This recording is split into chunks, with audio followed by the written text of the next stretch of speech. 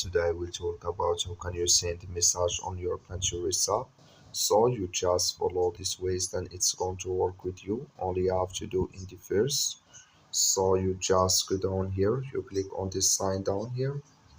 When you just click on it here, it's going to take you to this list. It's going to show for you like this here. So then all you have to do next, you just go here above this sign, click on it.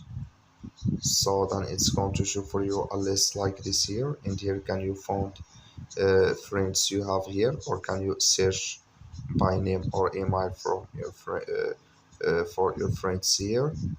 So I'm going to send message to this here, for example here, to this friend. Then you click on next here.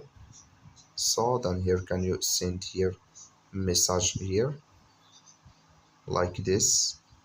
So you click on this sign, then it's going to send with you like this here. That's all you have to do. Thank you for watching. Don't forget to support us by liking and subscribe.